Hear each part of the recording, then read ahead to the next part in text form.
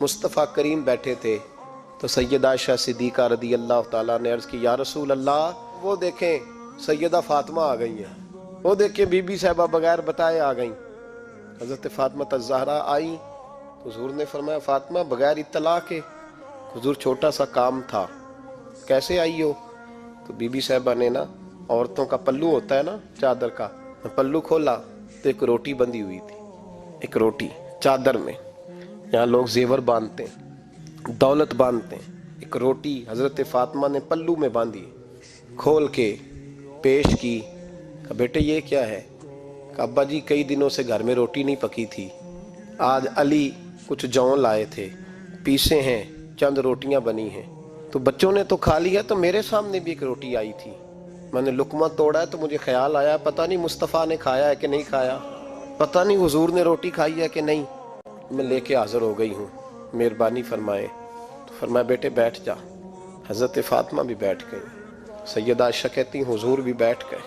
فرمایا فاطمہ کتنے دنوں سے نہیں کھایا؟ عرض کی حضور 3 دن سے۔ فرمایا بیٹے میں نے 5 دن سے نہیں کھایا، آ جا، دونوں باپ بیٹی مل کے کھاتے ہیں۔ روٹی 2 حصوں میں حضور نے بانٹی، فرمایا چلا دی تو کھا، آدھی میں کھاتا ہوں۔ حضرت فاطمہ نے لقمہ توڑ کے منہ میں رکھا تو رو پڑی، حضور 5 دن سے نہیں کھائی۔ فرمایا بیٹے چپ کر، ہمارا دنیا سے کیا تعلق، ایک پل رہ گیا ہے، بس اللہ پھر جنت کی ساری نعمتیں عطا فرما۔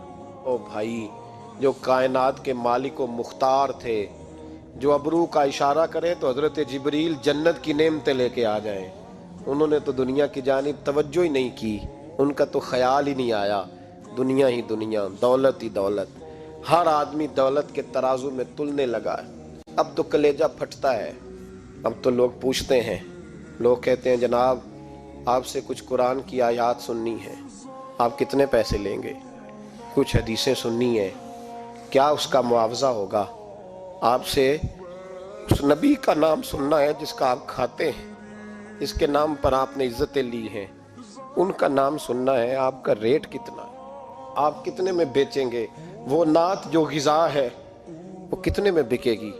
جب دنیا داری کا یہ حشر ہو جائے کہ وہ رسول اگر ان کا نام نہ رہے تو ہماری سانسیں ہی نہ چلیں، ان کا نام بھی جب اس طرح کمرشل کر کے لیا جائے تو بھائی اس سے بڑی اور دنیا داری کیا ہوگی؟